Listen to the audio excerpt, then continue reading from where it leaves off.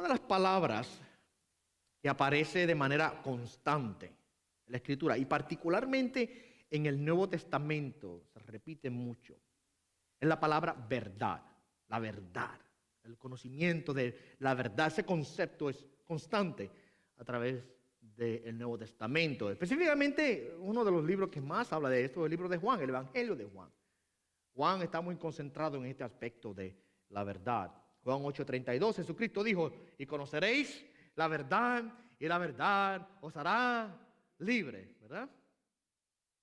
Juan, hablando de la encarnación del Verbo de Dios, en el capítulo número 1, verso 14, dice, y el Verbo se hizo carne, habitó entre nosotros y vimos su gloria, gloria como el unigénito del Padre, lleno de gracia y verdad. Lleno de gracia y verdad. Jesucristo, en el capítulo 14, él mismo dijo de sí mismo, yo soy el camino, la verdad, la vida. Nadie viene al Padre sino por mí, ¿verdad? Yo soy la verdad. En su oración sacerdotal, en la noche antes de ser entregado y crucificado, Jesucristo, orándole al Padre, el capítulo 17, verso 17, él dice, santifícalos en la verdad. Tu palabra es verdad. Santifícalos en la verdad. ¿Okay? Este testimonio es constante. Delante de Pilato, por ejemplo, Jesucristo habló de la verdad. Capítulo 18, verso 37. Jesucristo le responde a Pilato cuando Pilato le pregunta, ¿eres tú un rey? Tú dices que soy rey, pero a esto he nacido y para esto he venido al mundo, para dar testimonio de la verdad. Todo el que es de la verdad, el que es de la verdad, escucha mi voz. Yo he venido para dar testimonio de la verdad. Este concepto el punto que estoy haciendo es que el concepto de la verdad es repetitivo en el Nuevo Testamento. Y es tan importante, mis amados hermanos, que es imposible que nosotros podamos ser salvos sin conocer la verdad. El conocimiento de la verdad es equitativo a la salvación. Y el rechazo de la verdad es igualado con la condenación. ¿Okay? Según Tesalonicenses, capítulo 2, verso 10, allí el apóstol Pablo dice, hablando acerca de la condenación y el engaño que ha venido sobre los que se pierden, dice al final del verso, no recibieron el amor de la verdad para ser salvos. No tienen amor a la verdad para ser salvos. Pablo está aquí diciendo que ser salvos es igual a amar la verdad. Amar la verdad. ¿Okay? En ese mismo capítulo número 2 de Tesalonicenses, unos cuantos versos más adelante, versos 2 y 13, Pablo escribió lo siguiente. A fin de que sean juzgados todos los que no creyeron en la verdad, sino que se complacieron en la iniquidad. Note, Dios juzgará a todos los que no creyeron en la verdad, mas sin embargo se complacieron en la ¿qué? Iniquidad. Pero nosotros, no te hablo el contraste de gracia, pero nosotros tenemos que dar gracias a Dios por vosotros, hermanos amados por el Señor, porque Dios os ha escogido desde el principio para salvación mediante la santificación por el Espíritu y la fe en la verdad. Otro contraste que Pablo hace. Aquellos que creen, aquellos que aman, aquellos que tienen fe, aquellos que confían en la verdad de Dios tienen salvación. Aquellos que la rechazan, aquellos que la niegan, aquellos que la odian son condenados. ¿Sí? La verdad es importante para la salvación. El hombre necesita conocer la verdad para salvarse. Sin el conocimiento de la verdad, el hombre queda en oscuridad y en condenación. Ahora, lo triste es que a pesar de que le es necesario al hombre conocer la verdad para tener esperanza de vida, el conocimiento de la verdad es ilusorio para el hombre, se le escapa. Pablo dice que ellos pasan la vida entera, le escribe a Timoteo, pasan la vida entera aprendiendo, pero nunca llegando al conocimiento de la verdad. Y esa es la tristeza de la situación del hombre, la tragedia del hombre. Aprendiendo todo el tiempo indagando, todo el tiempo buscando, pero nunca llegando a alcanzar el conocimiento de la verdad. Porque la verdad de Dios, mi amado hermano, no es algo que el hombre alcanza por cuenta propia, es algo que es revelado por parte de Dios, ¿verdad? Ahora, ningún grupo de personas en la faz de la tierra hizo un esfuerzo más extenso, más constante para encontrar la verdad que los judíos. Podemos decir que el pueblo de Israel ha sido el pueblo que más tiempo, esfuerzo ha invertido en alcanzar el conocimiento de la verdad. Ellos se esforzaron grandemente en conocer la verdad de Dios. Buscaron el conocimiento sobre Dios como una forma de vida. Ese es el estilo de vida de ellos. Por ejemplo, si tú hubieses sido un niño nacido en la cultura judía, hubieses comenzado a aprenderte el Antiguo Testamento desde tus primeros años. ¿Okay? Es más, hace unos años atrás recuerdo haber conocido a un judío cristiano, pero creció en la cultura judía. Él me narraba que las madres le cantan y le narran la Biblia a los niños desde el vientre. Pentateuco especialmente, los primeros 5 libros. Y desde que el niño nace se la están repitiendo. Y para la edad de los 5 años ese niño se sabe el Pentateuco, los primeros 5, la ley de Moisés se la sabe de memoria. El estilo de vida de ellas es constantemente una indagación de la verdad. Esa es su tradición. ¿Okay? Ellos buscaron constantemente no solo conocer, sino comprender la verdad. Si hubiesen nacido dentro de una familia judía que practicase su religión, porque hay algunos que no lo hacen, que se han olvidado de su tradición. Pero si nace en una familia judía que practica su religión hubiese sido educado desde la juventud, desde la niñez, en el conocimiento de lo que ellos creen es la verdad. Ahora, este proceso de aprendizaje, especialmente en el tiempo de Jesucristo, en los tiempos más antiguos, este proceso de aprendizaje en el pueblo judío era dirigido por un grupo de personas llamados los escribas. Ustedes los conocen, ¿verdad? Si usted ha leído los evangelios, Mateo, Marcos, Lucas y Juan, usted va a escuchar de los escribas. Por supuesto, la connotación que ellos reciben en estos evangelios es negativa porque ellos se posicionaron junto con los fariseos como los enemigos de Jesucristo. ¿Por qué? Porque Jesucristo vino a enseñar la verdad, pero los escribas eran los maestros del pueblo que pretendían enseñar la verdad, pero lamentablemente habían cambiado la verdad de Dios por la tradición de los hombres. Y por supuesto ahora cuando Jesucristo aparece en la escena, lo que Jesucristo enseña es contradictorio o chocante en contra de la enseñanza de los escribas. En una ocasión se dijo, algunas personas dijeron de Jesucristo, que se maravillaron por la forma de enseñanza de Jesucristo, porque decían, este enseña como uno que tiene autoridad, no como los escribas. Porque Jesucristo es la verdad encarnada. Entonces, por supuesto, cuando le enseña de sí mismo. Los escribas enseñaban de otro. Los escribas indagaban para aprender. Jesucristo no tenía que aprender, Jesucristo conocía todo. Pero este proceso de enseñanza dentro del grupo judío, dentro de la nación judía, era dirigido por los escribas. También a menudo se le asignaba el título de rabí o rabino. Lo que quiere decir es maestro, maestro. Ellos eran los principales proveedores, maestros y poseedores de la verdad en el pueblo de Israel.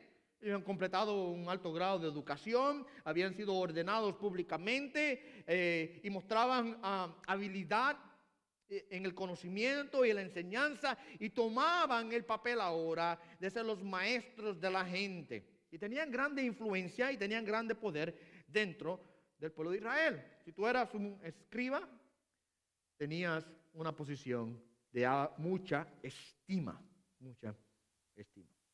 Ahora, ¿por qué? Porque ellos se les asignaba esa posición porque supuestamente conocían la verdad. Y el pueblo que quería conocer la verdad iba a lo que ellos pensaban eran la fuente de la verdad, los escribas, los rabinos. De todo el mundo, por ejemplo, venían jóvenes judíos que nacían en otras naciones, viajaban, emigraban a Jerusalén para ubicarse allí y poder aprender la verdad a los pies de alguno de estos rabinos o escribas, maestros de la palabra del Señor. Por ejemplo, uno de ellos se conoce como Saulo de Tarso, que luego lo conocemos como Pablo. Pablo, hablando de su testimonio, el capítulo 22 de Hechos, verso 3, dice: yo soy judío, nacido en Tarso de Sicilia, pero criado en esta ciudad, en Jerusalén, educado bajo Gamaliel. Gamaliel era el escriba o el rabino a los pies de quien Pablo se educó.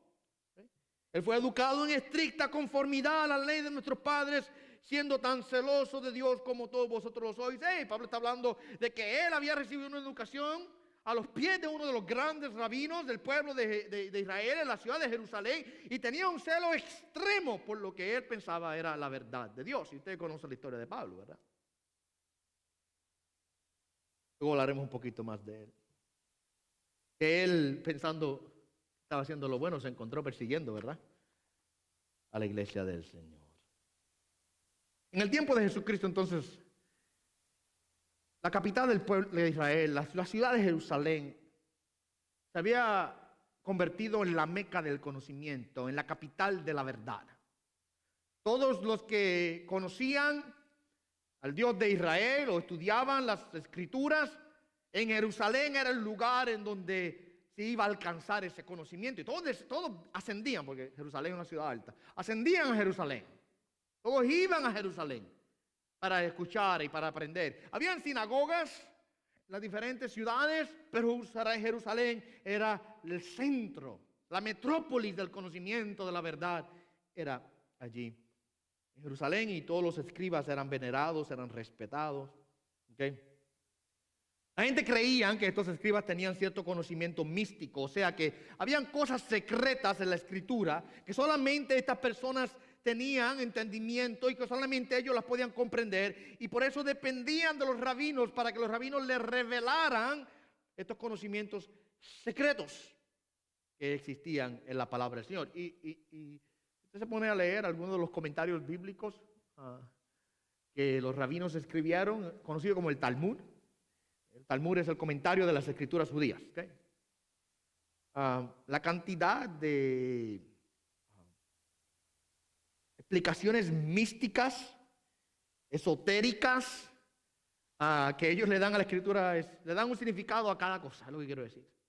Todo tiene un significado oculto, algo que usted no lo ve en el texto, algo que usted no lo entiende naturalmente. Los rabinos inventaban significados y la gente los veían como que fueran, wow, qué tremendo significado, qué enseñanza tan profunda, yo nunca había visto eso ahí. De la forma en que ellos lo hacían. Ahora, la tragedia en este caso es que Israel se gloriaba de ser el centro de la verdad, de tener los maestros de la verdad, de poseer el conocimiento que nadie más poseía. Pero la triste realidad es que estaban y todavía están hoy en ignorancia. Y ese es el tema central del capítulo número 10 que vamos a comenzar en esta mañana. La ignorancia de Israel. ¿Okay? Romanos 9 y Romanos 10 son, por así decirlo, dos lados de la misma moneda. En Romanos 9, si ustedes se recuerdan, nosotros estuvimos viendo cómo es que Pablo se enfoca en el asunto o el tema de la soberanía de Dios en la incredulidad de Israel. ¿Recuerdan el tema que les dividimos ese capítulo número 9 en varias sesiones? Y estuvimos viendo cómo es que la incredulidad de Israel no es inconsistente con el plan de Dios. Porque Dios es soberano y Dios ya había planificado y ordenado las cosas como se dieron. Y los que no creyeron porque así Dios determinó. El capítulo 9 de Romanos entonces se concentra, no es más, en la soberanía de Dios. Pero ahora, al otro lado de eso, y yo le he dicho a ustedes esto muchas veces, para que no nos confundamos y no caigamos en el error de algunos que dicen, bueno, como Dios es soberano, yo me lavo las manos, ¿verdad? La escritura siempre pone a un lado la soberanía de Dios y al otro lado la responsabilidad del hombre y nunca las mezcla. Nunca las enreda. Están ahí, paralelamente navegando a través de todo el océano de la escritura y nunca Mi amado hermano, una elimina la otra. Nunca la responsabilidad del hombre cancela la soberanía de Dios o viceversa. Nunca la soberanía de Dios cancela la responsabilidad del hombre. Están ahí siempre. Como dije, como dos lados de una misma moneda. Y mientras que Romanos 9 es la soberanía de Dios. Si usted me escuchó predicando las últimas 4 semanas de Romanos 9, usted dirá, wow, eso está difícil. Como está el pastor hablando, yo tengo misericordia del que quiero tener misericordia, endurece al que quiere endurecer, el Dios es el que hace, el Dios es el que escoge, el Dios es el que decide. Y usted diciendo, wow, la predicación está dura. Yo no lo niego, yo se lo dije, ¿verdad que sí? Que iba a ser dura escuchar esas predicaciones. Pero ahora Pablo va al otro lado de la moneda y dice, pero Israel es responsable por su incredulidad. ¿Dios es soberano? Sí. Romanos 10 nos muestra ahora la responsabilidad del hombre. El otro lado siempre es así. Nadie nunca, el punto es este, nadie nunca podrá presentarse delante de Dios y acusar a Dios y decirle, no creí porque tú no me escogiste. Nunca. Porque el hombre siempre será responsable de su incredulidad. Y si Dios no lo escogió es porque no creyó. Pastor, me confundo a veces. Sí, yo sé que es difícil. Pastor, pero ¿Dios es responsable de la salvación? Sí. ¿El hombre es responsable de su perdición? También. La Escritura nos da los dos lados. Y aquí Romanos 10 ahora va y lleva el enfoque a lo que es la responsabilidad del hombre. Como dije, Romanos 9 se enfoca en la elección soberana de Dios. ¿Okay? ¿Cómo es que la incredulidad de Israel fue totalmente consistente con el plan soberano de Dios? Porque las promesas de Dios se cumplieron sobre los que Él quiso que se cumpliesen. No era para todos, ¿recuerdan? Era para los que Él designó. La promesa de Dios no era para todos. Dice, no todos los que descienden de Israel son israelitas. Y no todos los hijos de Abraham son hijos de la promesa. Dios escogió quiénes iban a ser los hijos de la promesa. Y Dios cumplió su promesa, mi amado hermano, sobre lo que Él determinó. Y esto es consistente con su persona, porque Dios es soberano. Él tiene misericordia del que quiera tener misericordia. No hay quien pueda venir a Dios y decirle, tú me debes. No, Dios decide, Él hace. También la incredulidad de Israel fue consistente con la revelación profética de Dios, porque ya Dios en el Antiguo Testamento había dicho que Israel iba a ser un pueblo incrédulo. Ya Dios lo había profetizado y se cumplió así. Y también fue consistente con el requisito de la fe, porque ya Dios había determinado que solamente los que creen son los que se salvan. ¿Verdad? Así que la incredulidad de Israel no contradice el plan de Dios. Eso es lo que vimos las últimas 4 semanas. Ahora, antes de entrar al capítulo 10, para recordarles un punto más importante. ¿Por qué es que Pablo trata este asunto? ¿Por qué es que Pablo tiene que tratar esto? Solamente para recordarles. Él ha venido hablando del Evangelio desde el capítulo 1, hablando del Evangelio, la salvación por fe, la justificación por la fe y todas las consecuencias y la aplicación de eso. Y de repente terminamos el capítulo número 8, elevados en gloria, viendo, mi amado hermano, la majestuosa verdad de que no hay quien nos pueda separar de Cristo. Recuerda, ¿quién nos separará del amor de Cristo, de Dios que es en Cristo Jesús, Señor nuestro? Ni la vida ni la muerte, ni los altos principados. Nada ni nadie nos puede separar del amor de Dios que es en Cristo Jesús, ¿verdad? Y de repente entramos al capítulo 9 y entramos a hablar de Israel, pero ¿qué tiene eso que ver con lo que viene hablando él? El punto es, tiene que ver mucho. Porque los nuevos creyentes en el Evangelio ahora de Jesucristo van a preguntarse, pero si el Evangelio es la verdad de Dios, si el Evangelio es la revelación de la verdad de Dios al hombre, y si Israel ha estado toda su vida persiguiendo el conocimiento de la verdad, ¿por qué Israel ha rechazado el conocimiento de la verdad? ¿Por qué Israel ha rechazado el Evangelio? Si el Evangelio es la verdad de Dios, e Israel siempre busca la verdad, ¿por qué Israel ha rechazado el Evangelio? Esa pregunta seguro está en la mente de muchos. Y Pablo tiene que contestarla. Y por eso es que él dedica estos capítulos a hablar acerca de Israel, cómo encaja dentro del plan divino. ¿Okay? Ahora, Pablo sabe que cuando él comenzase a hablar de esto iba a causar mucha ofensa en muchos judíos. Aún judíos que fuesen judíos creyentes, cristianos, seguidores de Jesucristo, cuando leyeran esta porción de la epístola de Pablo a los romanos, él sabe que lo que él está diciendo aquí sería ofensivo a ellos. Y es por eso que cuando él comienza el capítulo 9 de Romanos, no sé si usted se dio cuenta, él comienza con una gran cantidad de compasión. Él comienza siendo tierno, dulce, expresando su sentir de su corazón, la tristeza y el dolor que él siente. ¿Se recuerdan al capítulo 9, verso 1 al 3? Déjame leérselo. Digo la verdad en Cristo, no miento, dándome testimonio mi conciencia en el Espíritu Santo, que tengo gran tristeza y continuo dolor en mi corazón, porque desearía yo mismo ser anatema, separado de Cristo por amor a mis hermanos, mis parientes según la carne. Luego Pablo comienza. Él comienza ahí porque él sabe que cuando él comienza a desarrollar el punto que él tiene que desarrollar acerca de la soberanía de Dios en la elección de aquellos que serían salvos del pueblo de Israel, de aquellos que serían los hijos de la promesa, la gente iba a ofenderse. Y para amortiguar el golpe, ¿verdad?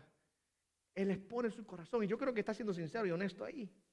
Digo, si fuera posible que yo produjese la salvación de mis hermanos por mi condenación, pues que me condenen entonces. Él sabía que no era posible. Nos está diciendo en forma hiperbólica quizás el sentir que él tiene en su dentro, el dolor que él expresa por su gente. Gente que piensan que están en la verdad, pero van camino a la perdición. Y él sabía eso. Y él lo entendía muy bien porque él anduvo por ese camino en un tiempo pasado, ¿verdad?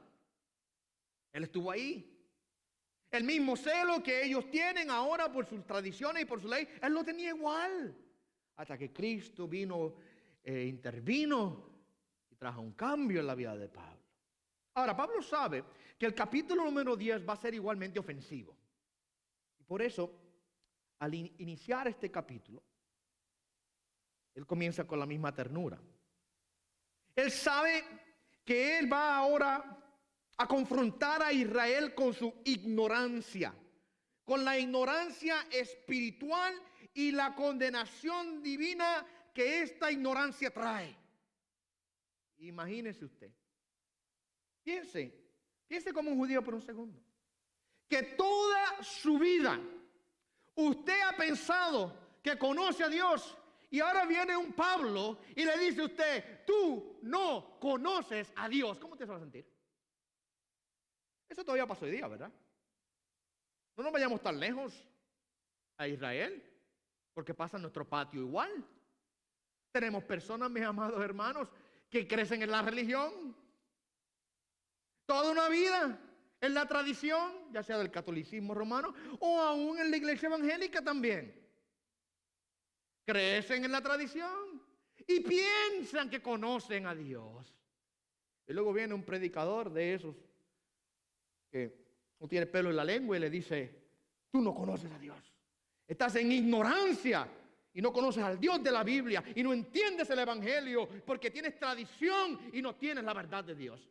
¿Cómo usted cree que la persona va a sentirse? Va a sentir como si le echaron un balde de agua fría por la espalda, ¿verdad? Pablo sabe que eso es lo que va a pasar aquí. Que cuando él le diga a Israel, ustedes son ignorantes. El pueblo que más se enorgullecía de conocer la verdad de Dios. El pueblo que más creía que era un pueblo especial por haber recibido los oráculos de Dios, la revelación de Dios. Y ahora Pablo le dice, ustedes son ignorantes. Tiene que amortiguar el golpe un poco. Comencemos. Por eso es que Pablo abre el capítulo 10 de la siguiente manera. Aquí veamos el primer punto, la oración de Pablo por Israel. La oración de Pablo por Israel. Verso 1. Hermanos, el deseo de mi corazón y mi oración a Dios por ellos es para su salvación. Aquí Pablo se está dirigiendo a los gentiles cuando dice hermanos a los gentiles, porque hay un contraste entre hermanos y ellos. ¿Quiénes son los ellos? Los de ellos son ¿quién? Israel, de quien ha venido hablando. Y los hermanos aquí son los otros hermanos en la fe. Gentiles son también creyentes, judíos creyentes también. Pero el contraste está aquí entre aquellos que están en Cristo, a quien Pablo les escribe, y los ellos que son los judíos que han rechazado a su Mesías. Él dice que tiene un deseo en su corazón grande y una oración delante de Dios por ellos. Miren, es interesante que Pablo dice esto aquí. Pablo no tuvo un consentimiento frío e indiferente a la elección soberana de Dios. ¿Okay? Él tenía un deseo irresistible y sincero de llevar a sus parientes físicos a Cristo y presentarlos delante de Dios en oración. ¿Qué quiero decir con esto? Pablo acaba de pasar el capítulo 9 completo hablando acerca de la soberanía de Dios. ¿Recuerdan? Cuando comencé el capítulo 9 yo dije, abróchense bien los cinturones porque vamos a recibir varios golpes ahí. Y todo el capítulo hablando de la soberanía de Dios. Y hay unos pasajes ahí bien difíciles cuando él dice que antes de que Jacob y Esaú naciesen, antes de que hicieran algo bueno o malo, al mayor se le dijo que serviría al menor. Y se dice, a Jacob amé y a Esaú aborrecí antes que naciesen. Duro, ¿verdad que sí? Soberanía de Dios. Ahora, algunas personas, cuando entienden la soberanía de Dios, sus corazones se enfrían. Entre más estudian la soberanía de Dios, más duro se le ponen los corazones respecto a la perdición de aquellos que están a su alrededor. Eso es lo que hoy día, no sé si ustedes lo han estudiado un poco, pero esto hoy día se conoce como hipercalvinismo, un término teológico, que define a un grupo de creyentes que han llevado las implicaciones, la enseñanza de las doctrinas reformadas y de la soberanía de Dios a un extremo que no está en la Biblia. Hasta el punto de que ni orar por los perdidos se debe orar, porque como Dios es el que decide, ¿para qué orar por ellos? No, mi amado hermano. No podemos caer en ese error. La Escritura no nos enseña eso a nosotros. Sí, por un lado nos dice Dios es soberano y Él es el que tiene misericordia del que quiere tener misericordia. Pero por el otro lado, aquí Pablo dice, el deseo de mi corazón y mi oración, o sea, mi plegaria, mi ruego a Dios es por su salvación. ¿Lo ve? Pablo no tenía una actitud fría o seca. Él tenía un deseo profundo de que sus hermanos judíos, sus hermanos de la sangre fueran salvos. Y tenía una oración sincera a Dios a favor de esa salvación. La palabra ahí, mi oración, transmite la idea de una súplica profunda, un llanto, una petición persistente a Dios. Pablo está aquí haciendo una súplica desesperada delante de Dios, la cual él sabe y tiene la fe de que Dios sí la puede responder. Él sabía que Dios puede responder y salvar a sus hermanos en la carne. Él confiaba y por eso él oraba y creía plenamente que Dios podía salvar a sus hermanos. Y por eso intercedía por ellos. Por eso pedía al Señor por ellos. ¿Okay? Mire, ningún apóstol quizás entendió mejor o declaró más plenamente la soberanía de Dios que el apóstol Pablo. Sin embargo, sabía con certeza que perfectamente con el poder soberano y la gracia de Dios, la salvación de Israel y sus hermanos no era imposible y por eso le intervenía e intercedía por ellos. Pablo no trató aquí de reconciliar intelectualmente de alguna manera este asunto de la soberanía de Dios y la fe voluntaria del hombre. Pablo no trató ahora de hacer, como digo, ya ves, un plato de espagueti con albóndigas de estos dos asuntos y enredarlos. No. Él confió y declaró la soberanía de Dios, pero a la misma vez se presentó en oración delante de Dios pidiendo por sus hermanos. Tenemos que entender algo respecto a la soberanía de Dios. Y es que el decreto electivo de Dios, quiero decir con eso, lo que Dios decide hacer con a quien Él escoge, es absoluto y cierto, pero a la misma vez es secreto. Solo Él lo conoce. Y cuando hablamos de la soberanía de Dios, yo les decía a ustedes hace un par de semanas atrás, es como nosotros pararnos a la orilla del océano Pacífico y tratar de cruzarlo en un bote de paja. Solamente alcanzamos quizás unos cuantos metros hacia adentro y al bote se nos comienza a hundir.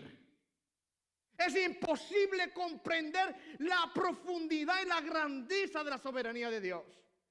Y por eso nos quedamos a la distancia mirando al horizonte, ese vasto horizonte, sin poder alcanzarlo. Algún día cuando llegaremos a la gloria al Señor, podremos comprenderlo. Pero mientras estamos acá al otro lado, miramos a la distancia y decimos, Señor, nos quedamos asombrados y sorprendidos. Nos quedamos maravillados por tu soberanía.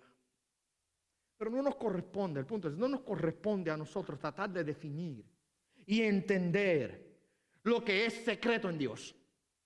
Lo secreto de Dios le pertenece a Dios. A nosotros nos pertenece solamente lo que Dios nos ha revelado. Y Dios sí nos ha dicho que Él es soberano en la salvación y ahí nos dejó. Él no nos dijo quiénes son los que se van a salvar. Él no nos dijo los que nazcan con la E marcada en el pecho, esos son los elegidos. La Escritura no nos da a nosotros ningún tipo de forma de yo definir quiénes son en medio de la comunidad de incrédulos los que Dios va a escoger. Y entonces yo predicarle a eso nada más que yo sé que Dios ha escogido. Eso es lo que dice la Biblia. No, mi amado hermano, las Escrituras nos enseñan a nosotros que oremos por todos, que les prediquemos a todos, que les testifiquemos a todos. Y Dios finalmente es el que se encarga. El punto es que a nosotros no nos corresponde conocer o entender lo que es determinado en el secreto divino. No es nuestra responsabilidad tratar de determinar a quién eligió Dios. No es más sino simplemente proclamar el evangelio salvador a cada persona que lo escuche, orando con el mismo fervor que Pablo ora aquí, para que todos reciban a Cristo, para que todos sean salvos. ¿Eh? Nuestra responsabilidad es predicar, enseñar, testificar, interceder diligentemente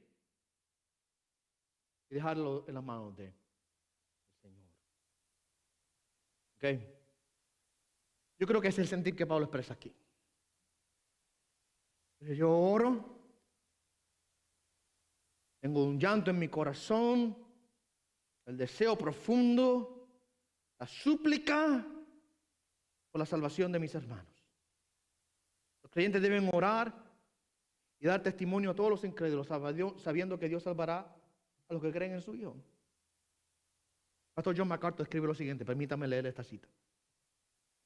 El plan redentor de Dios no es unidimensional. Aislar o separar la elección soberana de Dios de la fe personal del creyente es separar tonta y presuntuosamente lo que Dios ha unido inextricablemente. Quiere decir con eso que la soberanía de Dios y la fe del hombre están tan unidas que no hay forma de separarlas. Si usted comienza a separar una de la otra, usted está cometiendo un grave error. Continúo leyendo. Una teología que no refleja una genuina y sincera compasión por los perdidos y un profundo deseo por su salvación es una teología que no es bíblica. Pablo no cayó en ese error. Después de haber expuesto en capítulo 9 la soberanía absoluta de Dios, él no cae en el error de pensar que él no debe orar o sentir dolor o sentir deseo en su corazón por la salvación de sus hermanos. Sería fácil echar los brazos al aire, ¿verdad? Y después de haber escuchado a Pablo hablando en Romanos 9 decir, no hay nada que podamos hacer. Dios tiene misericordia del que quiere tener misericordia. No. Él no desarrolla tal teología. Él tiene una sincera compasión por ellos. Y miren, mis amados hermanos, le damos algo. Pablo no es el único. Pablo no es el único que mostró esto. Jesús mismo. Vemos en el testimonio de nuestro Señor Jesucristo que Él lloraba por las multitudes, ¿recuerdan? Él lloraba por las multitudes porque las veía como ovejas sin pastor. Él lloró sobre Jerusalén.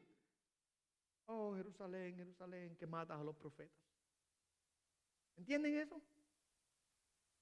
¿Quién más podía comprender la soberanía de Dios de manera tan profunda y absoluta que Jesucristo, siendo el Hijo de Dios mismo? Él tenía una mejor comprensión que Pablo de la soberanía de Dios, mucho más profunda. Él es el Dios soberano. Y sin embargo, mi amado hermano, allí, viendo los incrédulos, los perdidos, los condenados, Jesucristo se dolía por ellos y lloraba sobre ellos. ¿Eh? Y que debemos cuidarnos de no caer en el error de perder la sensibilidad por el estado de perdición de aquellos que nos rodean. Podemos fácilmente aferrarnos de la soberanía de Dios hasta llegar a dejar sentir solo por los perdidos. No hagamos tal cosa. Le dije a ustedes hace unas semanas atrás, antes de saltar al próximo punto, que muchas veces nosotros hacemos paz con la perdición de aquellas personas a nuestro alrededor. Lo cual es triste. No haga paz con la perdición de su gente. Por favor. No haga paz con el estado de condenación que aquellas personas a quienes usted ama aquí en la tierra están. Por favor, no haga eso. Llore a Dios delante de su presencia por ellos. Suplique por su salvación. Interceda por ellos. Y cada oportunidad que usted tenga de poder testificarle, hágalo. No haga paz con ese estado. Porque a veces, especialmente con nuestra gente, los más cercanos, sabemos que están condenados, sabemos que están perdidos, pero lo ignoramos. Lo que será, será.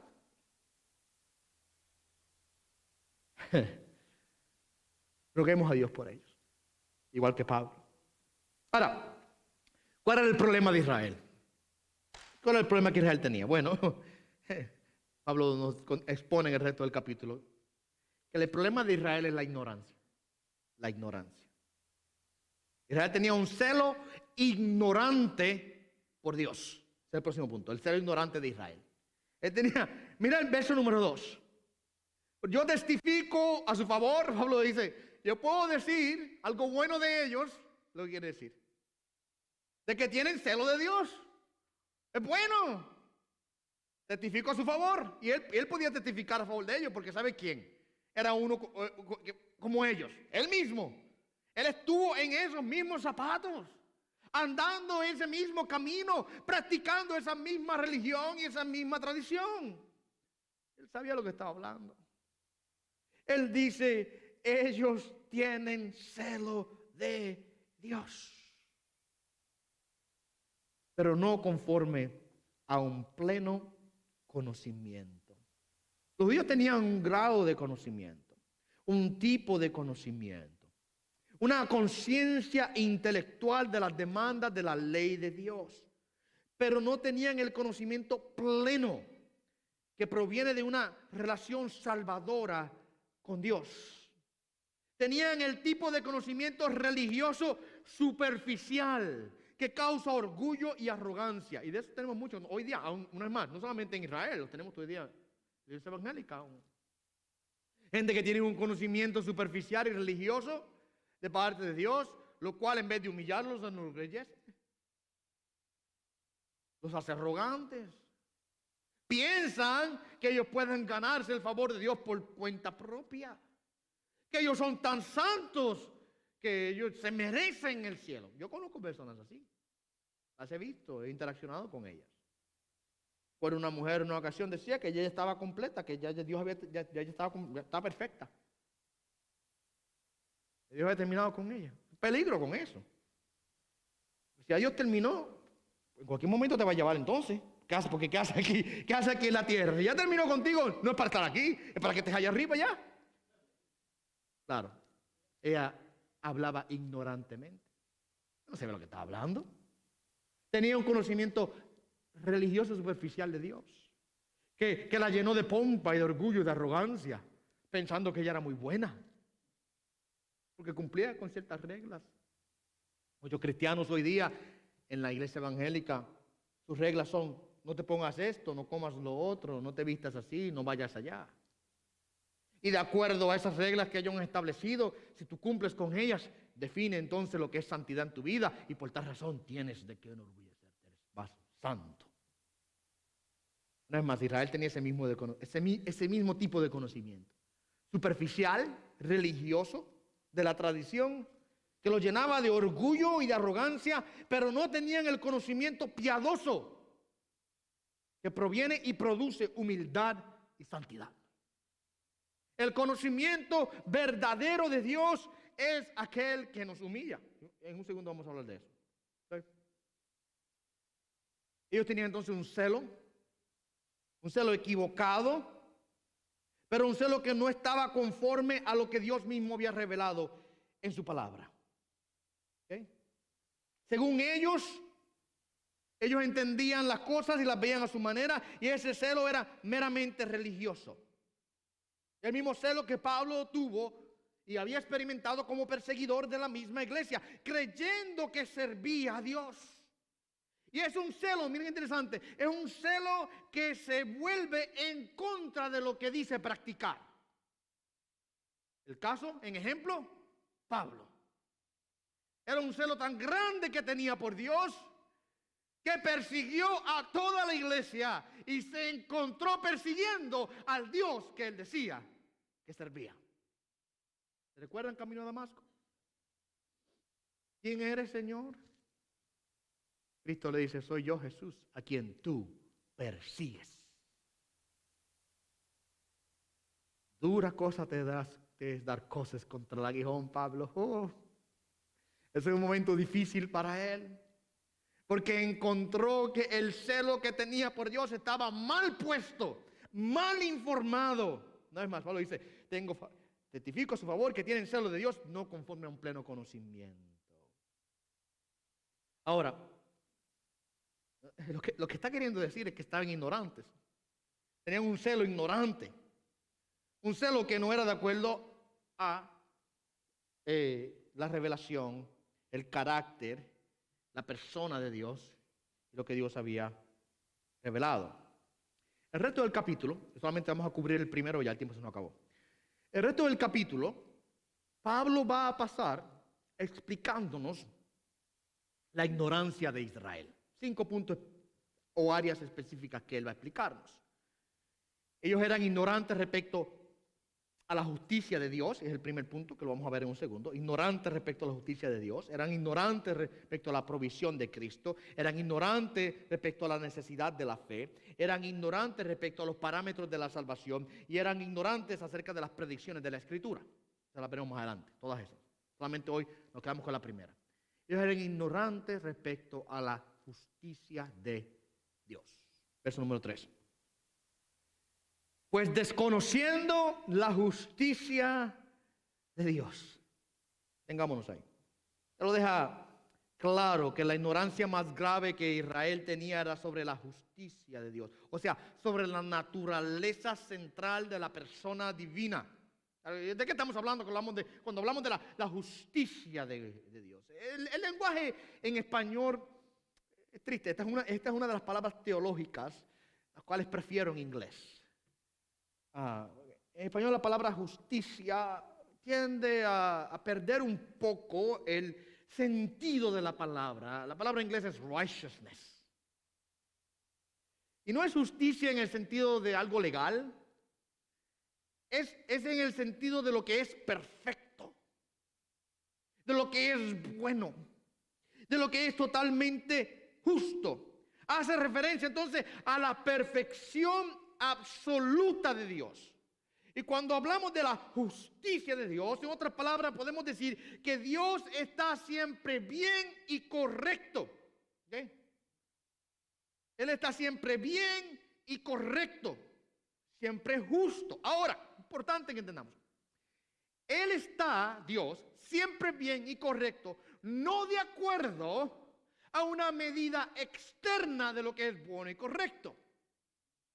Tú y yo podemos estar bien y correcto de acuerdo a una medida externa, ¿verdad? Hay reglas. Dame un ejemplo sencillo. Hay una regla de tránsito que dice que en la luz roja usted para y en la verde sigue. Ahora usted coge y está conduciendo y usted se detiene en la roja y sigue la verde. Usted cumplió con la regla y usted está en lo justo y en lo bueno. Pero ¿qué es lo que determina eso que es justo y bueno que usted hizo? No usted. La regla externa que dice para o sigue, ¿verdad? Entonces, para nosotros, en este caso, lo que determina lo que es justo y bueno para nosotros hacer, siempre está fuera de nosotros. Siempre está fuera de nosotros. Es por eso que en nuestra sociedad, déjeme decirle algo, está importante esto. Es por eso que en nuestra sociedad hoy día hemos caído tan gravemente en el error de llamarle a lo bueno malo y a lo malo bueno. Porque hemos eliminado de nuestra sociedad el estándar absoluto de justicia, que es Dios.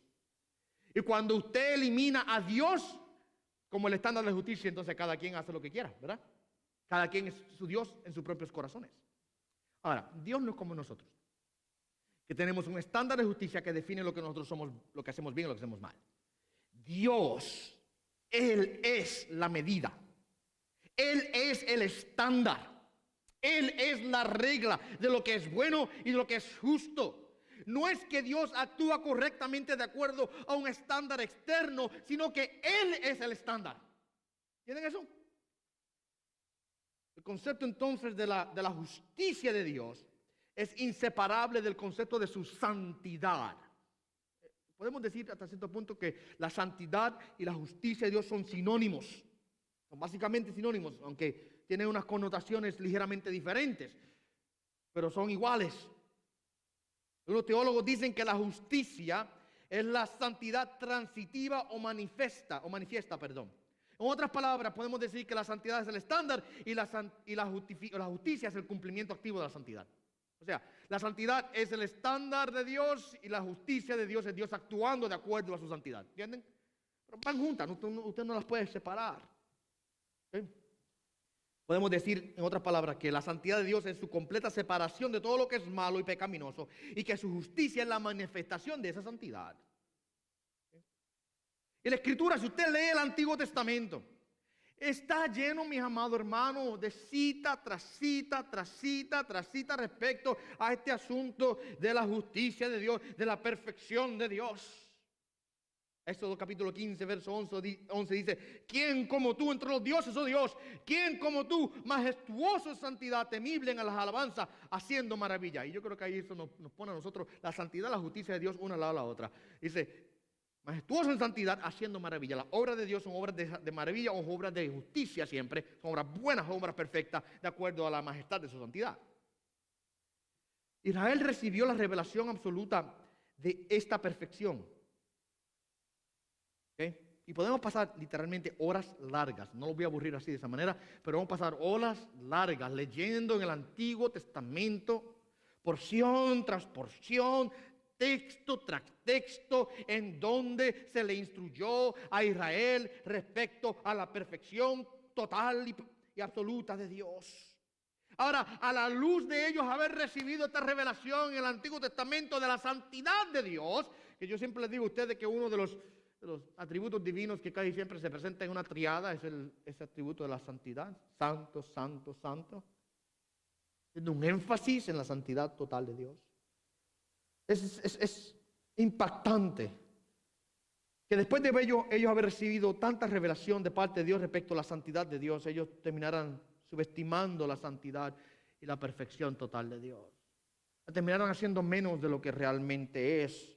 Terminaron desconociendo, mira el verso número 3, pues desconociendo la justicia de Dios. Es como, yo me pregunto, ¿pero qué excusa tienen? Si claramente ellos recibieron la revelación de la justicia y la santidad de Dios. ¿Okay? Ellos entonces cometieron el error, debo decir, de haber llevado la santidad y la pureza de Dios a su propio nivel pecaminoso. Y el error de ellos fue, y ese error no solamente de ellos, muchas de unas personas hoy día, no tienen que ser judíos para cometer este error. Es pensar, o fue pensar, que Dios era menos santo de lo que realmente es. Y más tolerante al pecado de lo que se había revelado claramente ya en la Escritura. Y una cosa la Escritura nos hace a nosotros es enseñarnos que Dios es 100% total y perfectamente santo. Eso está claro. Y que no tolera el pecado. Él es paciente, pero el pecado eventualmente tiene que pagarse. Y las historias del Antiguo Testamento, eso es lo que nos enseñan a nosotros. Usted ve esas historias en donde Dios destruyó a naciones completas. Y usted piensa, ¿pero por qué Dios hizo eso? ¿Por qué usted cree? Para enseñarnos a nosotros que Dios el pecado lo detesta. Y eventualmente Él trata con él. Lo castiga. Desde el libro de Génesis usted tiene historias así. Una vez la población de la tierra llegó a un nivel de pecado tan agravante, Dios miró a la tierra y dijo, la voy a ahogar completa. salvó a Noé y a su familia. 8 nada más. De los miles y miles de millones de personas que quizás ya vivían para aquel entonces, porque la historia de Noé ocurrió alrededor de unos 1600 años después de Adán. Así que ya había muchas personas viviendo en la tierra. 8. Los demás todos, hombres y bestias igual. Porque el pecado había llegado a un nivel que le apestaba a Dios la tierra. Sodoma y Gomorra fue igual. ¿Se acuerdan la historia de Sodoma y Gomorra? 2 ciudades que habían pecado tan gravemente que Dios las extirpó de la faz de la tierra hasta el punto que todavía no se sabe ni dónde están. Las enterró en fuego y azufre. Solamente Job y sus 2 hijas se salvaron de allí. Y por la intervención de Abraham. ¿Verdad? Y así usted puede examinar, mis amados hermanos, todo el Antiguo Testamento, cómo es que Dios demuestra cuánto Él detesta el pecado a través de toda esta historia. Y con el pueblo de Israel hizo lo mismo, con las otras naciones de aquellos tiempos hizo cosas similares. Pero Israel no entendió esto. Ignoraron, siendo ignorantes o desconociendo la justicia de Dios. Redujeron la santidad de Dios y se elevaron ellos a ellos mismos a un nivel que los hacía sentir cómodos. O sea, Dios es menos santo de lo que es, nosotros somos más santos de lo que somos. Y de alguna manera u otra, ¿qué pasa? Pongo a Dios a mi alcance. Ese es el error que ellos hicieron. El resto del texto dice, desconociendo la justicia de Dios y procurando establecer la suya propia. Eso es lo que quiere decir. No conocieron la justicia de Dios, ignoraron lo santo y perfecto que es Él, y terminaron ellos estableciendo su propia justicia, su propio reglamento, sus propios estándares, para entonces decir, viste, cumplí, viste, llegué, lo hice. Ellos redujeron la santidad de Dios y elevaron la justicia propia de ellos. Además, hicieron a Dios menos santo de lo que es, hicieron ellos mismos más justos de lo que realmente eran. Terminaron pensando que ellos podían alcanzar a Dios por cuenta propia. ¿Por qué es que esto ocurre? ¿Por qué es que esto ocurre? Porque es que el hombre natural, y esto dije ahorita, no es solamente el caso de los judíos, es el caso de todas las personas. El hombre natural aborrece al Dios de la Biblia. Aborrece la idea de un Dios totalmente santo, puro y perfecto en todos sus atributos. ¿Por qué lo aborrece? Mi amado hermano, porque el hombre no le gusta la idea de que él es pecaminoso hasta lo más profundo de su ser y que por su pecado está condenado por la santa ira de Dios. Esa idea al hombre le es ofensiva, no le gusta. Él prefiere a un Dios más pequeño. El hombre natural prefiere a un Dios menos santo. Él prefiere a un Dios que esté hecho conforme a la imagen nuestra, ¿no? Conforme a nuestros defectos morales, espirituales, que tolere. El hombre ha sido así desde siempre. Usted estudia, por ejemplo, las historias de las religiones del mundo. Por ejemplo, vayamos al tiempo de Pablo y Jesús. La religión predominante, o la cultura predominante era la cultura greco-romana, del imperio griego y romano. Ellos tenían politeísmo, habían creado un sinnúmero de dioses, tenían un dios para todo, el dios del trueno, el dios de aquello, del otro, todo, y diosas también. Y si usted lee las historias de los dioses de estos pueblos, eran simplemente manifestaciones del pecado del hombre. Eran dioses hechos a la imagen del hombre. Dioses con imperfecciones, dioses que tenían, mi amado hermano, problemas emocionales, problemas de sentimiento, tenían, mi amado hermano, todo tipo de fallas y faltas. El hombre siempre ha hecho eso. El hombre ha creado dioses de acuerdo a la imagen del hombre para que se le haga más fácil identificarse con su Dios y decir, yo puedo llegar a Él. Sin embargo, Dios no es como los otros dioses. Dios es un Dios absolutamente perfecto. Mucha de la enseñanza cristiana hoy día y mucha de la enseñanza dentro de la iglesia evangélica lamentablemente cometen el error de proclamar el amor y la misericordia de Dios, lo cual lo hacemos, pero lo hacen a expensas de su perfecta santidad y de su justo juicio. Por ejemplo, una de las formas que mucha gente le gusta evangelizar es decirle, Dios te ama tanto y tiene un plan tan bueno para tu vida. Si tú creyeras en ese Dios que te ama, tú verías cuán bueno es ese plan. ¿Qué le falta a esa predicación? ¿Qué le falta a ese mensaje? La realidad de que en el estado de pecado el hombre está como condenado. Ese es el problema. Sí, hablamos del amor de Dios porque Cristo nos dice la Escritura en el capítulo número 3 de Juan, verso 16, que de tal manera amó Dios al mundo que dio a su Hijo. Ahí tenemos el amor de Dios manifestado. Tenemos la misericordia de Dios enviada. Tenemos la gracia de Dios hecha clara para nosotros en Cristo Jesús. Claro. Pero no podemos hacerlo a expensas, y la Escritura hace esto perfectamente. Siempre nos presenta la gracia y la misericordia de Dios al lado de la ira de Dios. Su santidad absoluta. No podemos, mi amado hermano, nosotros caer en un extremo. Igual como hablaba ahorita de la soberanía y la responsabilidad del hombre, mucha gente se va por un lado o por el otro. Tenemos que aprender a predicar ambos lados. Igualmente ocurre con este asunto de la misericordia y el amor de Dios al lado de su santidad completa y de la ira que trae ahora esa santidad por el pecado. No podemos, mi amado hermano, nosotros caer en el error que cometieron los judíos, que habiendo recibido la revelación de la santidad total completa de Dios, ignoraron tal revelación y procuraron establecer su propia justicia, sus propios estándares. Ahora, no nos debe sorprender que una comprensión debilitada de la justicia y la santidad de Dios traiga una visión debilitada de su juicio. Es lo que pasa en muchas ocasiones. Miren, cuando nosotros no aprendemos a ver a Dios como realmente es, nunca vamos a poder vernos a nosotros mismos como realmente somos. Es solamente a la luz de una revelación total y perfecta de quién es Dios que nosotros podemos comprender quiénes somos nosotros.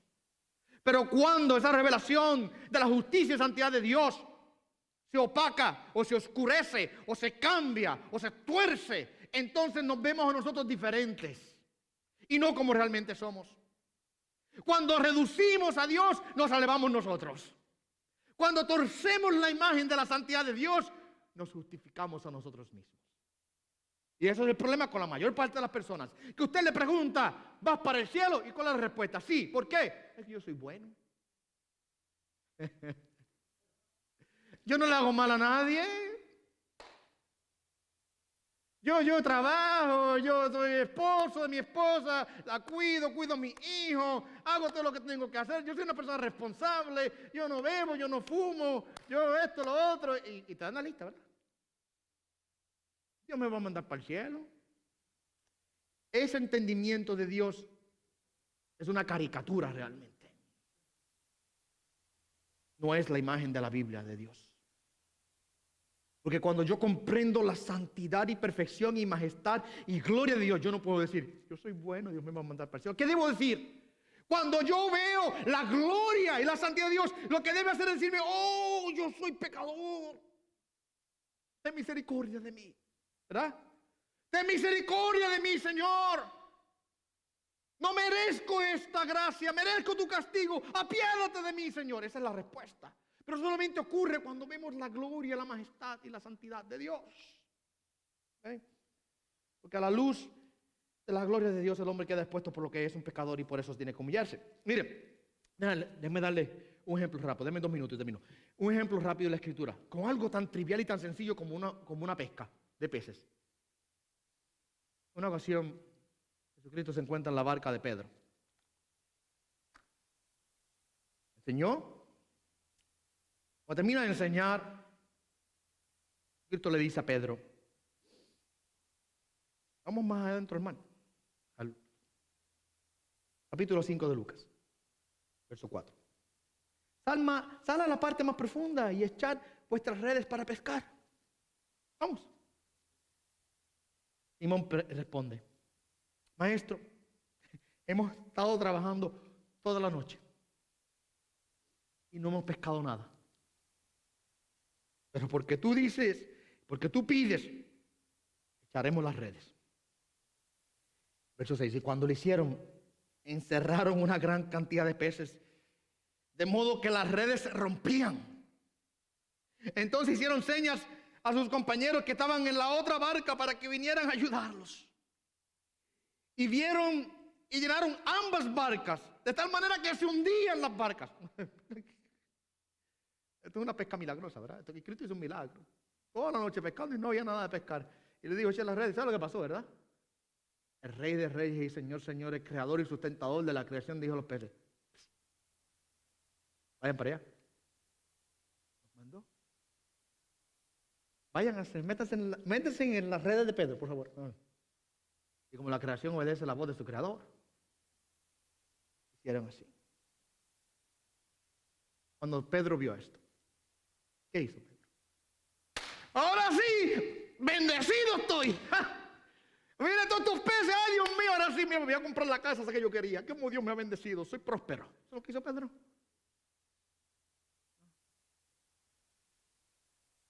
Al ver esto, Simón Pedro cayó a los pies de Jesús diciendo, apártate de mí, Señor, pues soy hombre pecador. Él vio la gloria de Cristo. Es un milagro. La respuesta al experimentar la gloria, la majestad, la justicia, la santidad del Hijo de Dios es, soy hombre pecador, no merezco estar en tu presencia. ¿Ve? Lo que ocurre con Israel, que ellos desconocieron la justicia, el carácter, la santidad y la perfección de Dios, y por tal razón buscaron ellos implementar su propia justicia. Y dice Pablo al final del verso, y no se sometieron a la justicia de Dios.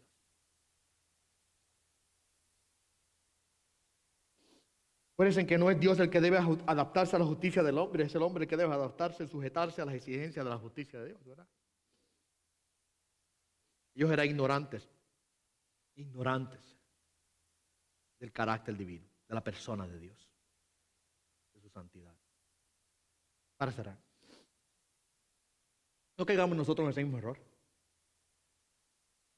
porque aunque estamos en Cristo, podemos ser culpables de lo mismo, de hacer a Dios menos santo de lo que es, y pensar que no tengo por qué preocuparme. Él va a ser tolerante con mi pecado. No, mi amado hermanos, entendamos que Dios es un Dios justo y santo. Gloria a Él, que tuvo misericordia a nosotros en Cristo. Gloria a Dios, de que Él se ha apiadado de nosotros y que su misericordia ha sido extendida hacia nuestras vidas. Pero el hecho de que la misericordia de Dios ha extendido a nuestra vida no quiere decir que la justicia de Dios ha disminuido. ¿Por qué?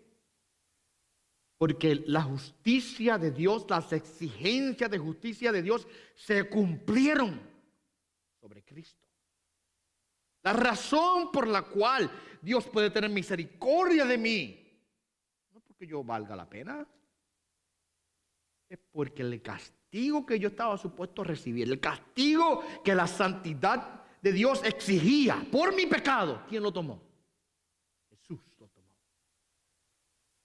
Y como Él absorbió mi pecado, ahora Dios puede expresarme misericordia y gracia.